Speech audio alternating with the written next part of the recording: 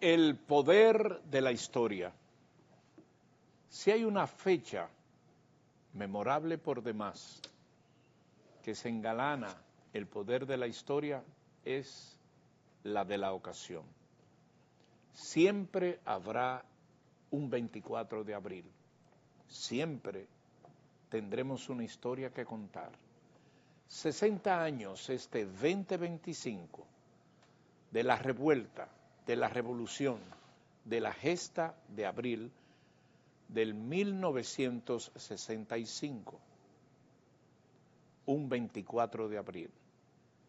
Con gran honor tengo para compartir este episodio con Víctor Grimaldi, autor de varios textos, uno de los textos más leídos, no controvertido, sino señalado como El golpe de la revolución, obra de Víctor Grimaldi, con quien tengo el gusto de compartir.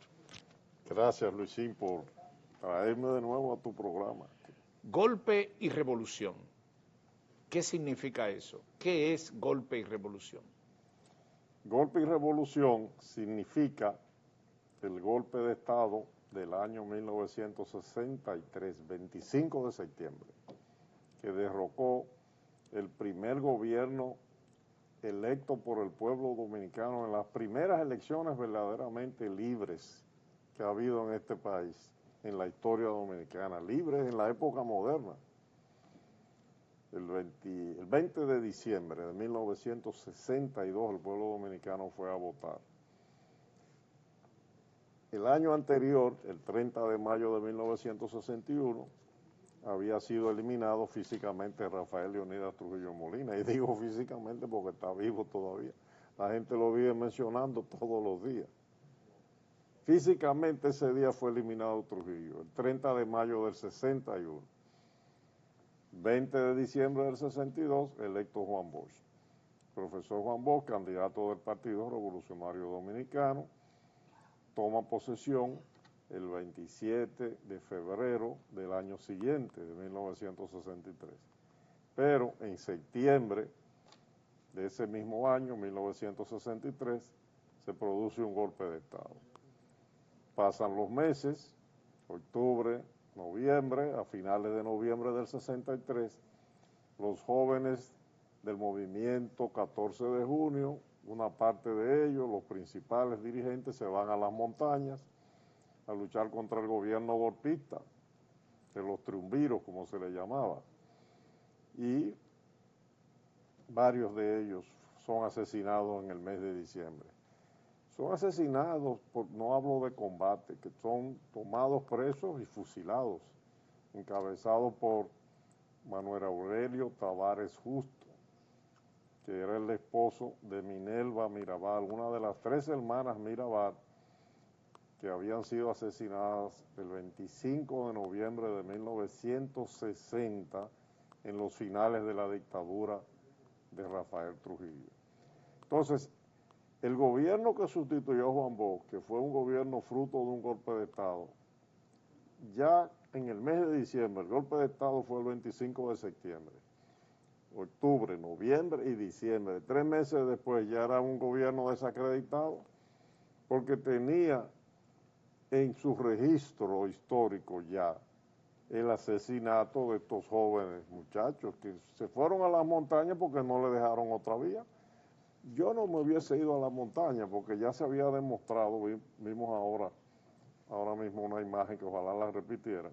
Estos que están aquí son ya los del 14 de junio del 59, porque el movimiento que dirigía Manolo Tavares Justo se llamaba 14 de junio en homenaje a estos jóvenes, a los del 14 de junio del 59, que vinieron desde Cuba a luchar contra la dictadura de Trujillo con las armas, pero ellos también fueron aniquilados. Ese fue un mal ejemplo, es decir, ese fracaso del 14 de junio desde el punto de vista militar. El 14 de junio no era para repetirlo con unas guerrillas, eso fue un error. Entonces, ya en el año 64, quienes gobernaban eran 2 del supuesto triunvirato, Donald Rick Cabral y otra persona. y cometieron una serie de atropellos durante la gestión de ese gobierno contra todo el mundo aquí en el país. No eran los trujillistas que estaban gobernando, ¿eh? Don Enrique Cabral fue parte de los conspiradores contra Trujillo. Fue uno de los conspiradores. Eran los antitrujillistas, o una parte de los antitrujillistas los que gobernaban el país. Y al año siguiente, ya 64, 65, ya el disgusto era muy grande. Había muchas huelgas de trabajadores, de choferes y de militares, sobre todo de un grupo de oficiales militares que paradójicamente eran los hijos, algunos de ellos, de los principales generales de Trujillo, Luisín.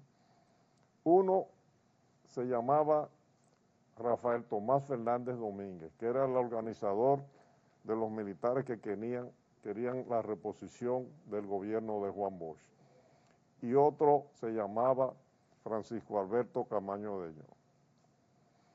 Y había muchos otros, porque no eran ellos dos solos, pero ellos eran de los líderes de ese movimiento. Y es así que se produce el 24 de abril del año 1965, hace 60 años, un levantamiento del pueblo y de estos militares para tratar de reponer no solo al presidente Juan Bosch, sino también la Constitución de la República Dominicana, que eso es muy importante también. La Constitución del año 1963, con el golpe de Estado, fue eliminada por los golpistas y fue hasta ese momento la Constitución más avanzada de la historia de la República Dominicana.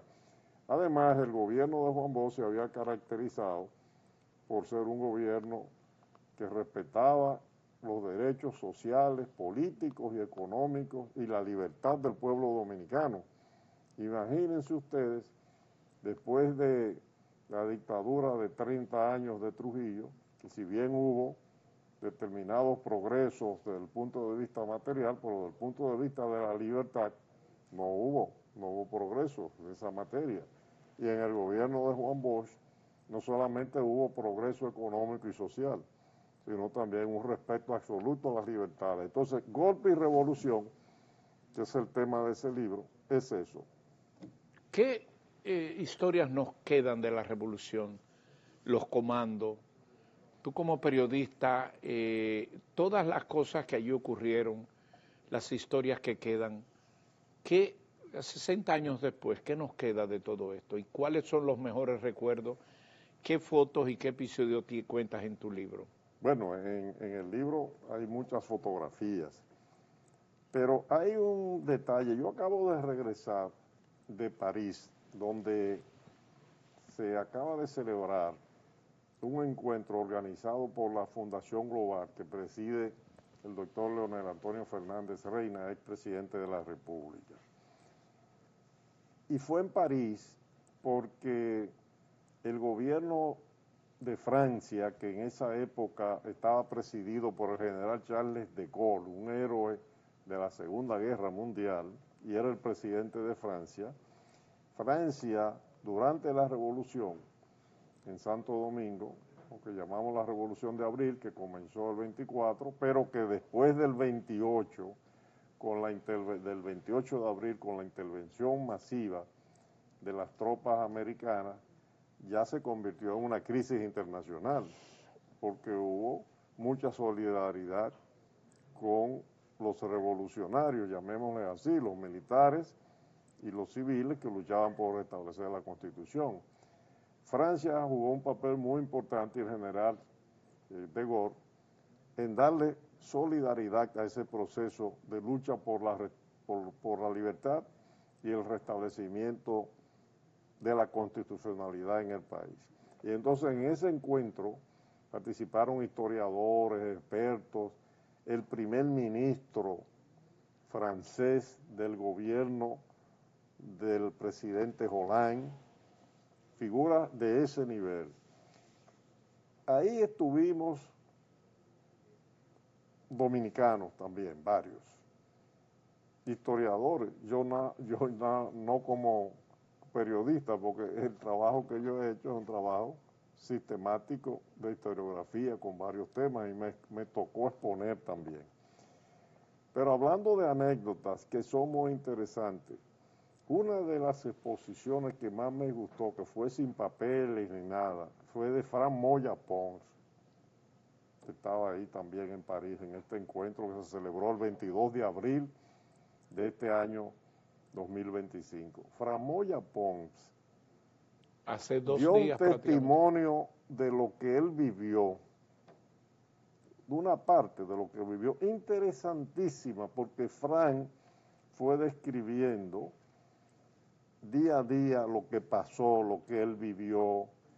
Por ejemplo, él comenzó narrando que el sábado 24 de abril, al mediodía, se escuchan las palabras del doctor José Francisco Peña Gómez, informándole al pueblo que el campamento militar 16 de agosto, que estaba en los terrenos de lo que hoy es la Universidad Nacional Pedro Enrique Ureña, la carretera Duarte, se había levantado, levantarse quiere decir rebelarse a favor del desplazamiento del gobierno, del triunvirato que hablábamos, presidido por don Henrique Cabral, y a favor del restablecimiento de la Constitución y del gobierno de Juan Bosch. Y Peña Gómez llamó al pueblo a que apoyaran ese movimiento. Eso fue primero desde Radio Comercial, pero después fue Peña Gómez a Radio Televisión Dominicana, que por cierto, aquí hay una fotografía en el libro que la vamos a mostrar ahora, cuando a Peña Gómez un momento después lo detienen. Mírala aquí. Después fue la policía y lo detuvo.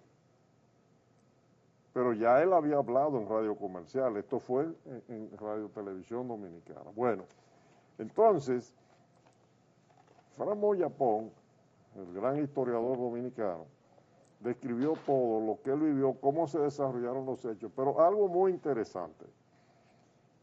Fran contó ahí, narró, que él estaba ahí, que él vivió todo eso, que en el Palacio Nacional, cuando uno ingresa por la Avenida México, es decir, por la parte posterior, por la parte de atrás, a la derecha ahí había una caseta o una habitación, una oficina, que tenía equipos de comunicación radial, pero me refiero a ondas radiales de comunicación, de esas con códigos y claves.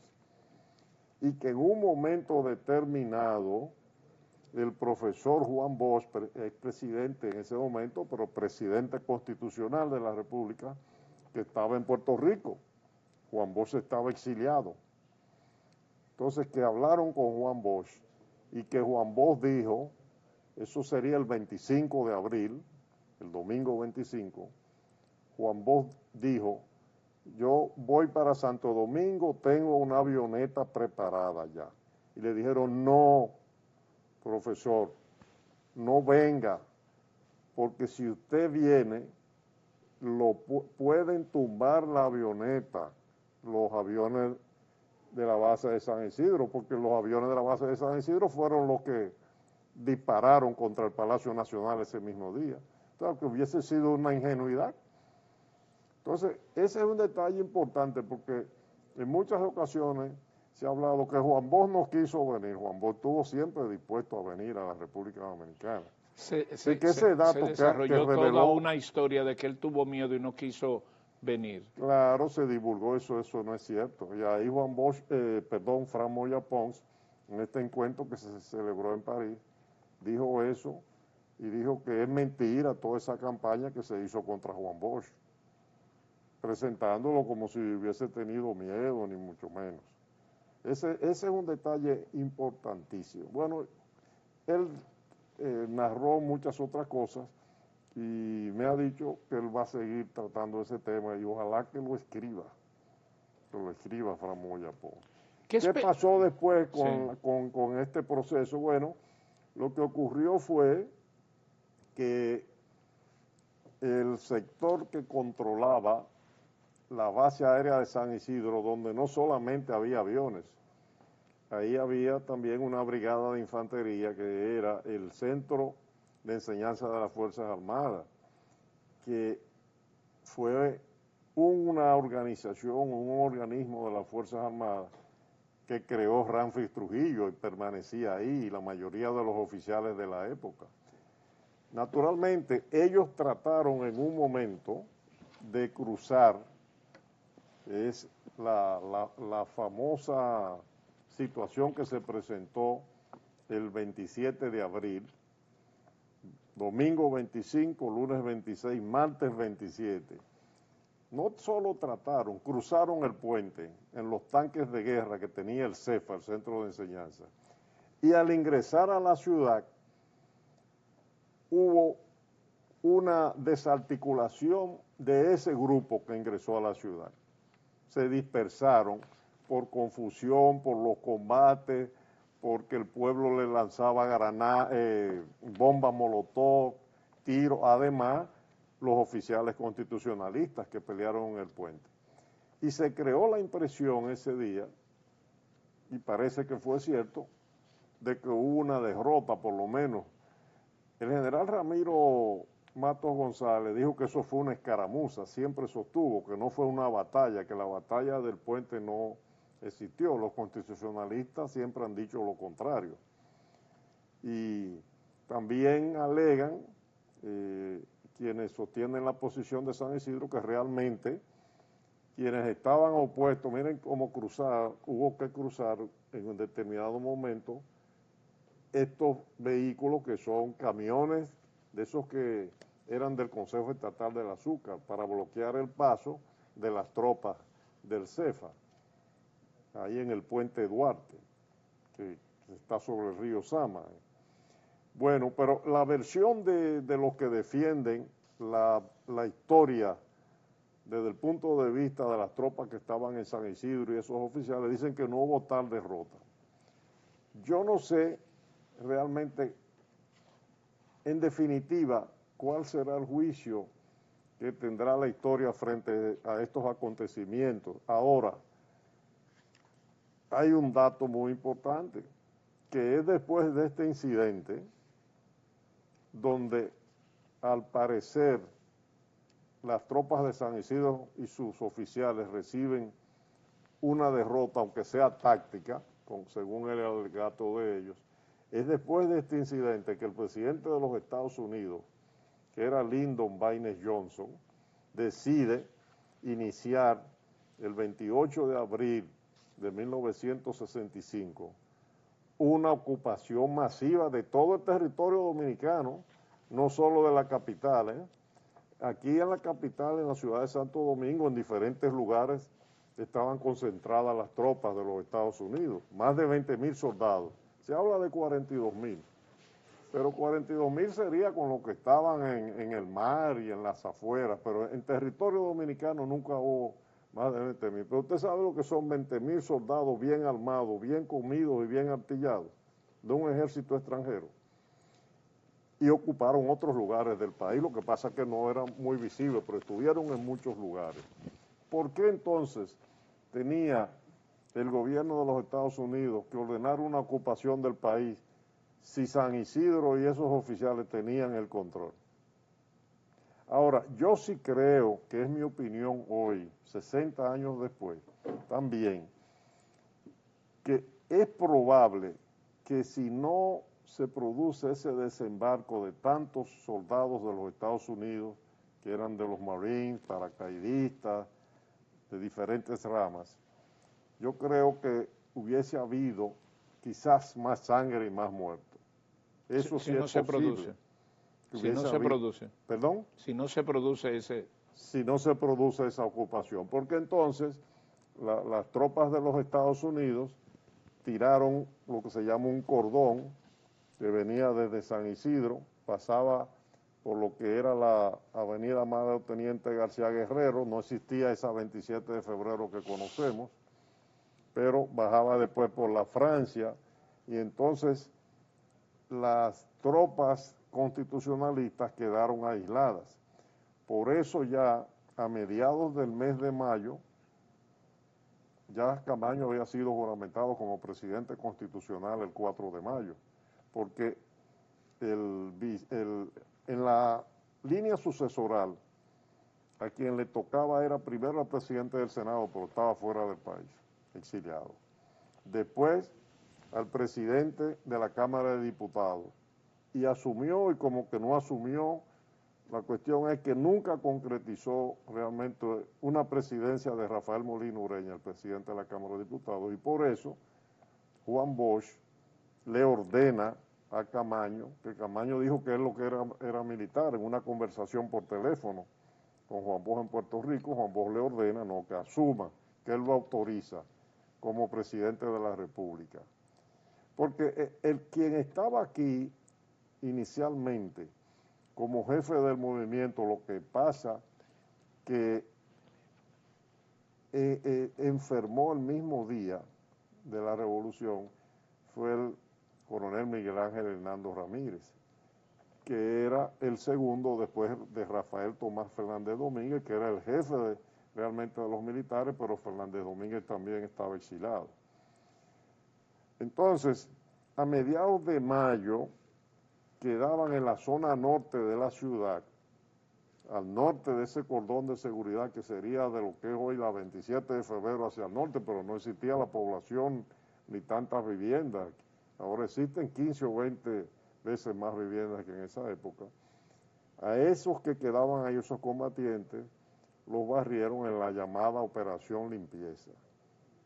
Y también en esos días, o después que terminaba la Operación Limpieza, el 19 de mayo, había ya estado en el país desde 2 días antes, había llegado desde Puerto Rico y llegó en un avión americano, Rafael Tomás Fernández Domínguez, en un intento de la toma del Palacio Nacional, murió, dicen, y parece que fue así, por tiros de los Maurín que estaban arriba de un edificio que todavía está en la 30 de marzo, y había punto de mira hacia donde ellos estaban, por donde ellos estaban tratando de entrar al Palacio Nacional por la 30 de marzo, que dispararon Marines americanos de la Marina de Estados Unidos, le dispararon y lo mataron. Bueno, Rafael Tomás Fernández Domínguez era hijo de un general de Trujillo, de Ludovino Fernández, y Francisco Alberto Camaño Dañó también era hijo de un general de la época de Trujillo, del general Fausto Camaño, que fue hasta ministro, secretario de las Fuerzas Armadas en el gobierno de Trujillo. Entonces, Luisín y amables televidentes, ¿cómo se explica que fueran los hijos de los generales de Trujillo quienes, 4 años después de muerto Trujillo, asumieran la defensa del restablecimiento, llamémosle así, del gobierno constitucional y de la Constitución democrática? ¿Qué opinas de eso, Luis? Bueno, de la lucha y la paradoja, y que fueran no todos los antitrujillistas, pero los antitrujillistas que complotaron contra Trujillo para eliminar la dictadura y establecer la democracia, los que dirigieran el gobierno golpista, que no era un gobierno golpista cualquiera, muy represivo, que era el gobierno del triunvirato. Sí, pero los antitrujillistas pro democracia que dirigen el complot, porque ese complot, desde el punto de vista político, lo dirigieron los Estados Unidos desde Washington, el complot contra Trujillo, Gianni Vicini, que por cierto, yo era amigo de don Gianni, no es problema personal, estamos hablando de la historia, y la mamá de Gianni Vicini, la mamá de Gianni Vicini, cuando no se había casado todavía, que era una joven, con el papá de Gianni Vicini, cuando la tropa de los Estados Unidos intervinieron en el país en el 1916, ella sacó un piano, ella era santiaguera, apellido Cabral, doña Amelia Cabral, sacó un piano a la galería de la casa y empezó a tocar el himno nacional. Una familia nacionalista, descendiente de Máximo Cabral. Por eso, en el año 1975-76, en el Cine Capitolio, frente a la Catedral de Santo Domingo, el Partido de la Liberación Dominicana, cuando lo presidía Juan Bosch, y yo estuve en ese acto, le hizo un homenaje a doña Amelia Cabral, viuda Vicini, a la mamá de Gianni Vicini. Pero las clases sociales y los intereses políticos son otros. Ya el hijo, que había sido, por cierto, el tesorero de la celebración de los 25 años de la era de Trujillo, en 1955, por decreto del presidente de la República, Héctor Trujillo, era el tesorero de la campaña por la celebración de los 25 años, y la mamá era vocal de ese comité. Pero mira cómo es la historia, 6 años después, entonces Gianni Vicini está en Washington, junto con su primo Donald Rick Cabral, coordinado con el Departamento de Estado para desplazar a Trujillo. Se desplaza a Trujillo, la acción que ejecutan los héroes del 30 de mayo, pero después entonces el primo de él, y él lo apoyaba naturalmente, porque ese era un gobierno apoyado por ese grupo, dirige un gobierno represivo, golpista, anticonstitucional, que por una rebelión de militares y civiles es desplazado.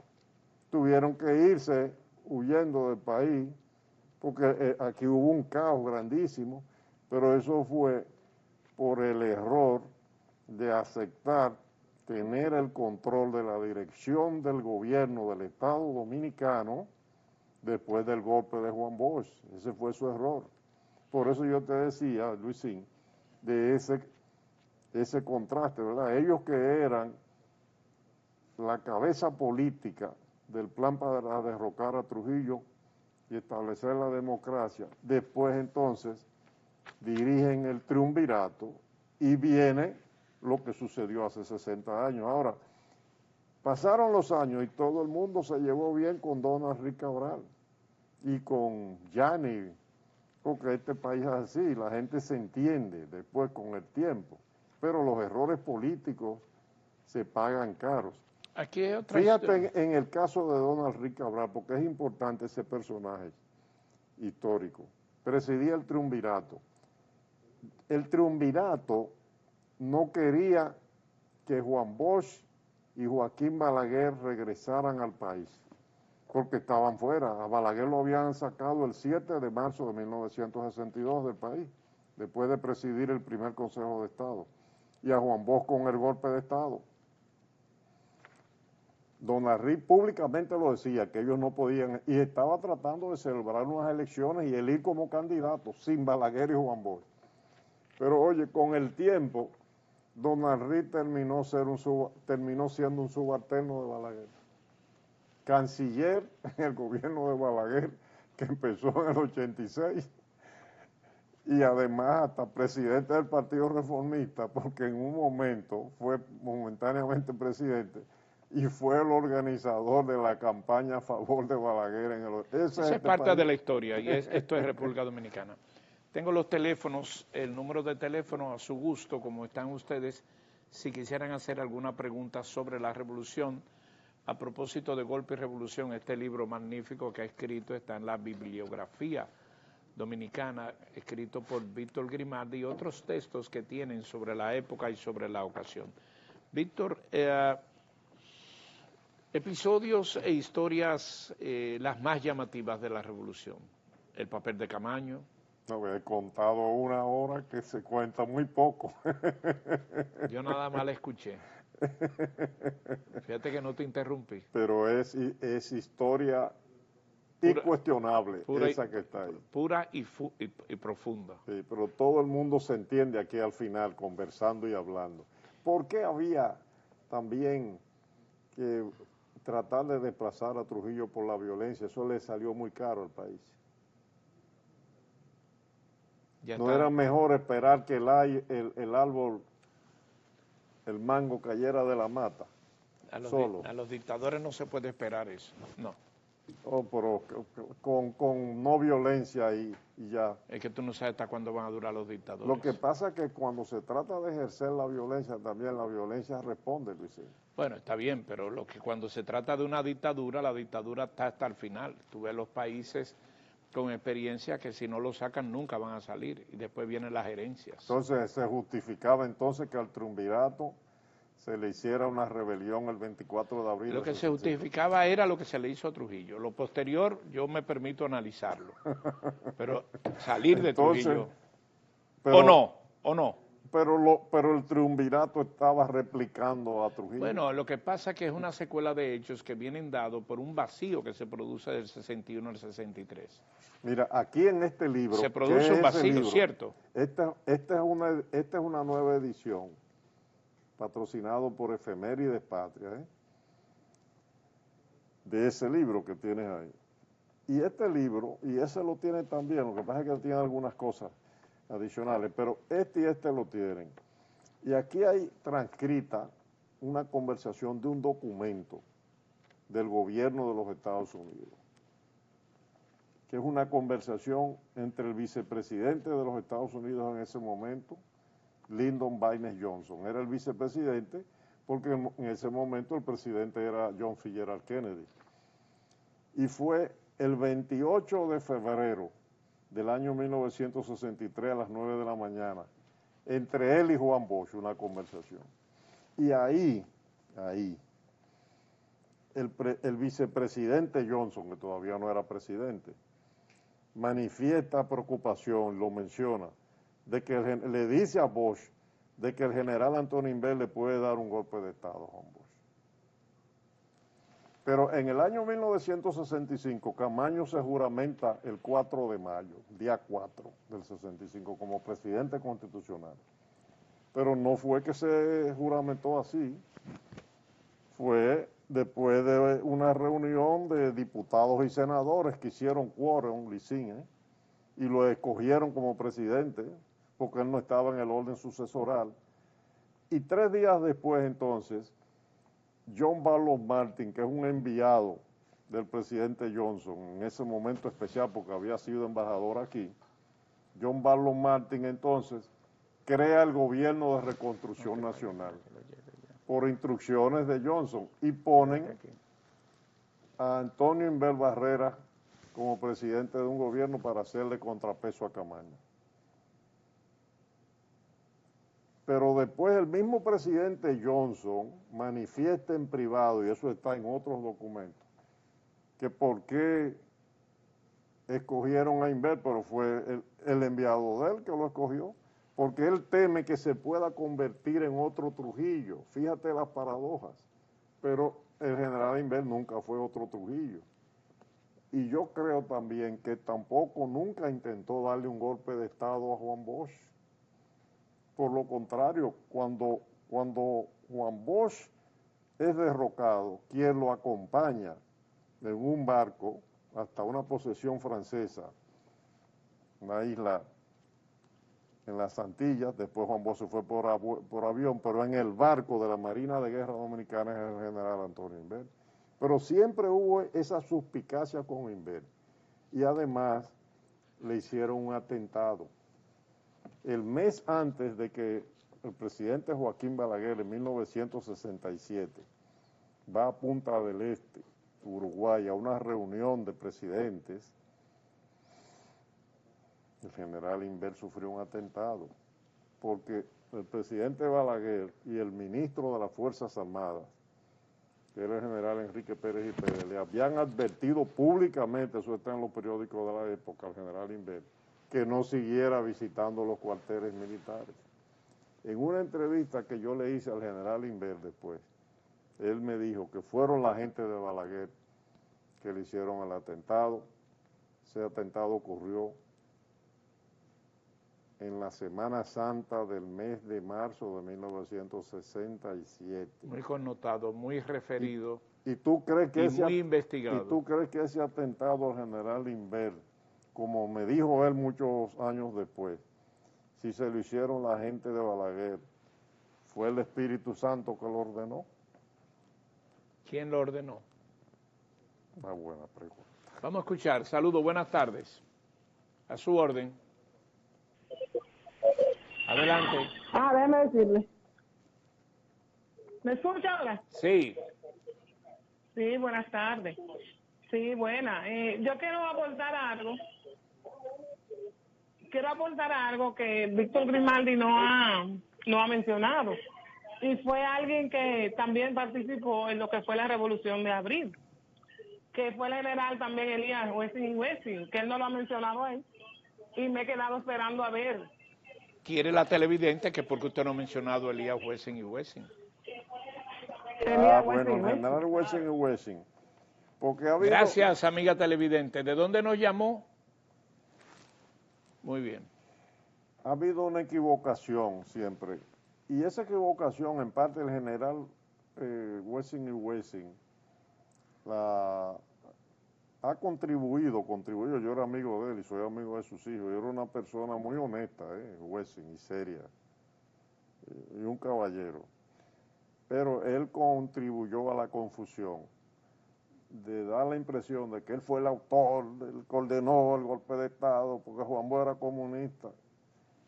Y eso no era cierto, el golpe de Estado no lo ordenó Wessing.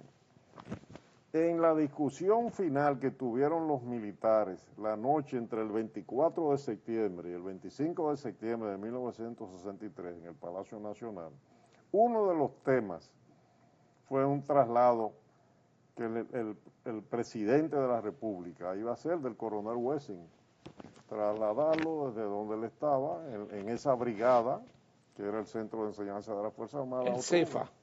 Y los militares le dijeron que lo dejara para otra ocasión, pero los temas no fueron eso. Y el que ordena el golpe de Estado es Anthony Ruiz, consejero de Seguridad Pública de la AID de los Estados Unidos. Otra llamada tengo. Saludos, buenas, a su orden.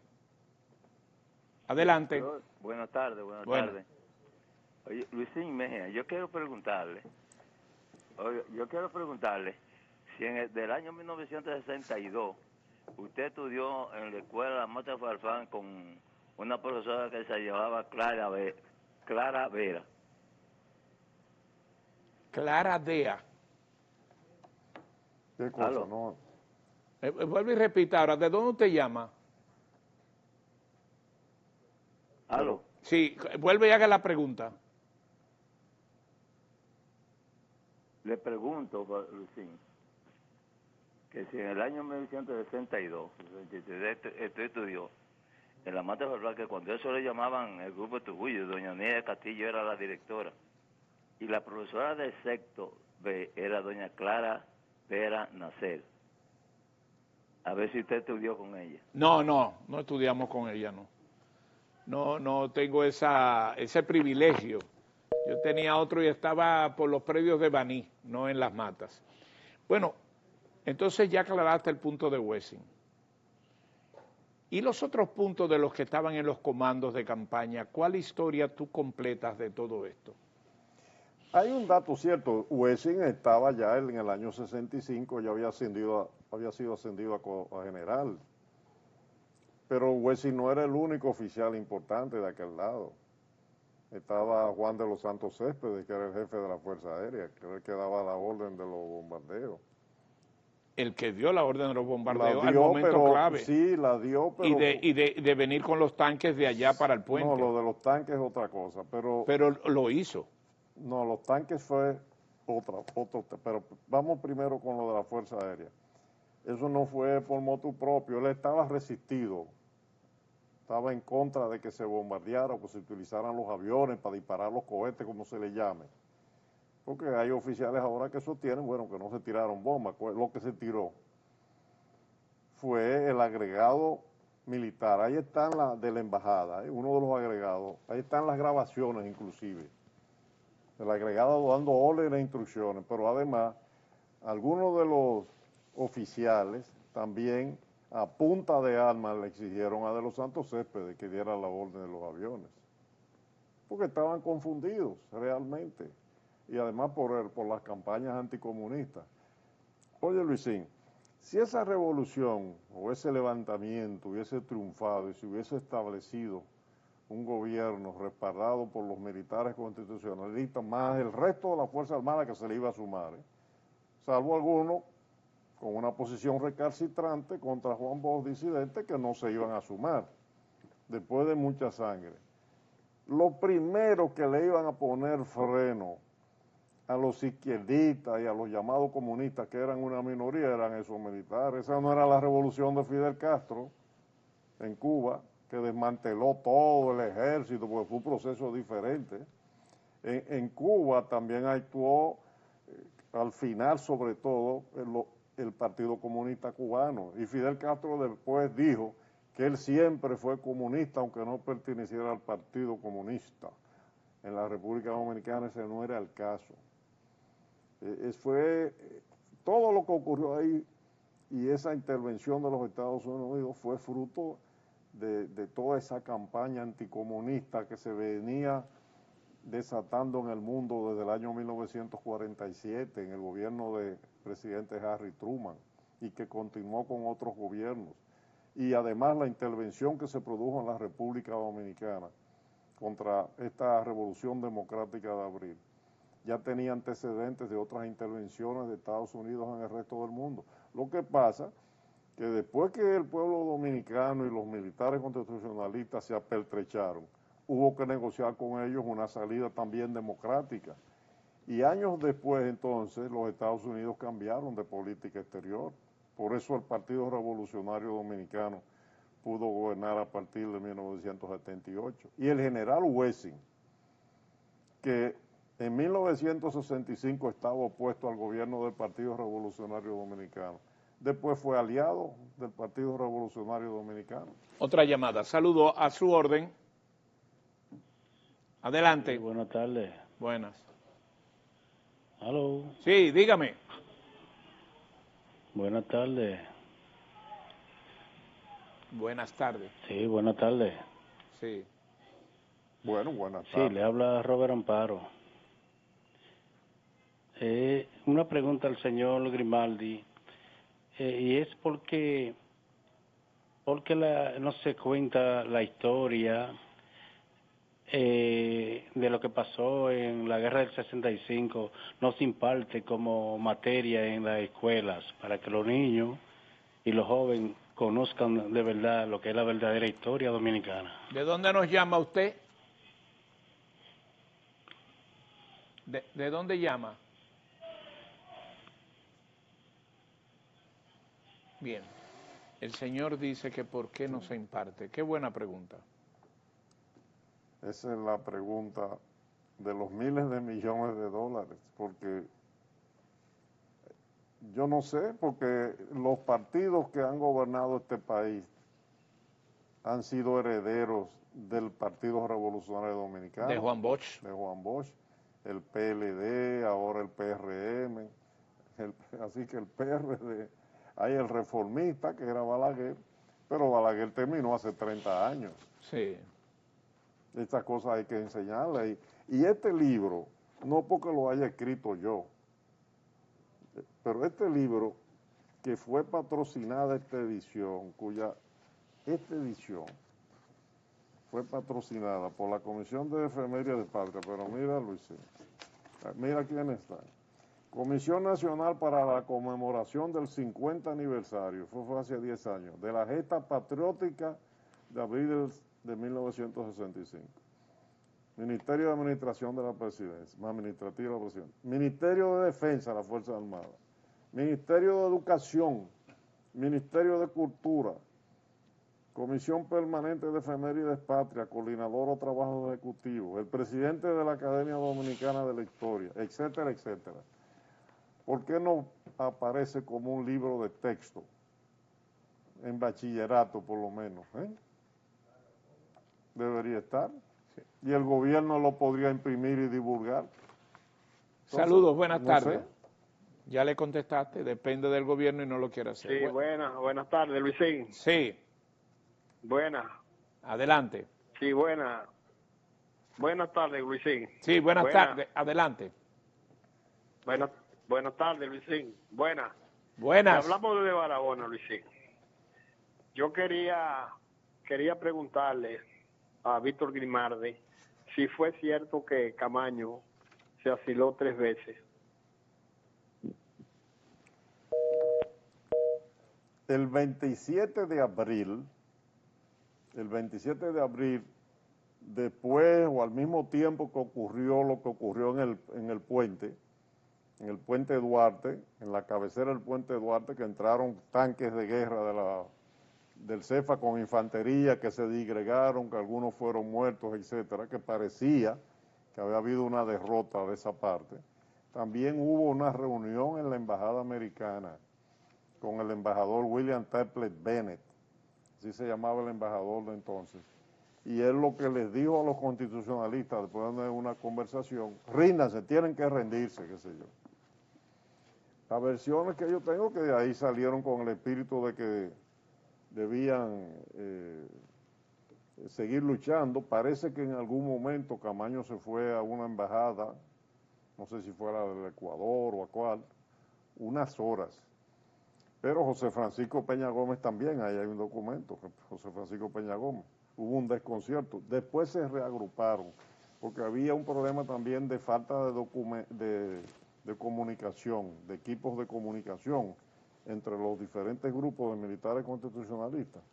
Pero lo mismo le pasó a la policía también, que para controlar los disturbios no tenían walkie-talkie en esa época, Luisín. Entonces, eso puede haber sucedido, pero en realidad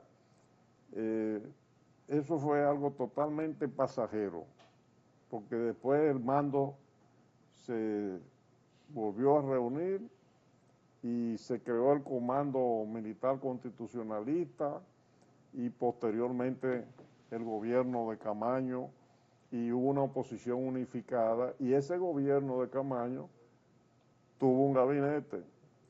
El ministro de Finanzas del gobierno de Camaño, que era un gobierno constitucional porque lo eligió el Senado y la Cámara de Diputados, se reunió un grupo de senadores y diputados, era José Rafael Abinader, el padre del actual presidente de la República. Y el canciller, el ministro de las Relaciones Exteriores, era el doctor Jotin Curi, que se dirigió precisamente al presidente de Francia que mencionamos al comienzo del programa, Charles de Gaulle, una comunicación para que Francia pusiera en la agenda del Consejo de Seguridad de Naciones Unidas el tema de la intervención de los Estados Unidos en la República Dominicana. 60 años después, estamos en los minutos finales. ¿Cómo evalúa la Revolución de Abril? ¿Valió o no la pena? Valió la pena, en definitiva.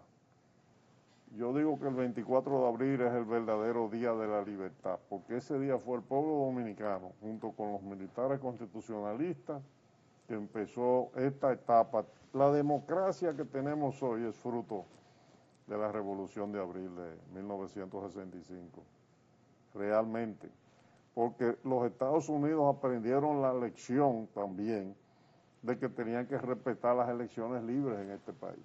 Por eso los Estados, y en América Latina con el tiempo, porque antes los gobiernos de Estados Unidos se confabulaban con las dictaduras, pero ya esa es una etapa que pasó, y abril de 1965 fue precisamente un punto de referencia, y lo ha sido siempre, en la historia no solo del pueblo dominicano, sino de América Latina y del mundo. Víctor Grimaldi nos acompaña en este relato, en este día tan especial del 24 de abril. Son las historias que debemos seguir refrescando. Hoy nos queda una gran reflexión. ¿Cómo es posible que un acontecimiento como este, que como muy bien acaba de citar nuestro invitado, marcó la gran referencia para la libertad, para la democracia que hoy vivimos? Hay que hacer honor y loor a esos grandes hombres y mujeres de la República Dominicana que dieron un paso al frente, que formaron comandos constitucionalistas, especialmente en la zona de Ciudad Nueva, que resistieron las fuerzas de aviones, de tanques de guerra, de las fuerzas locales establecidas fundamentalmente en la Fuerza Aérea de República Dominicana, y que posteriormente tuvimos una llegada de militares norteamericanos y de otras nacionalidades agrupados en una insuficiente denominada Fuerza de Paz. Así se escribe la historia, un puñado de grupos de hombres, en imagen representado por el coronel Francisco Alberto Camaño, pero que otros, como dos grandes líderes, que hicieron la convocatoria y fueron quienes tomaron la decisión inicial. Por demás, el grupo de Rana, que Monte Aracha y todos sus hombres pudieron ser testigos de defensa de esta gesta que se generó a partir del 25 de abril, que el 28 de abril tuvo una invasión, ¿no?, de extranjeros para venir supuestamente a defender al país y la democracia. Le agradezco mucho. ¿Qué ha redituado para usted el libro Golpe y Revolución? ¿Qué ha significado? ¿Qué hoy día algo le cambiaría? Me queda un minuto. Bueno, es un libro importante, por eso recibí una invitación para ir a París, que no conocí esa ciudad tan hermosa, a hablar sobre ese tema esta semana. Víctor Grimaldi con nosotros, gracias por su atención. El poder de la historia. Nos vemos en la próxima.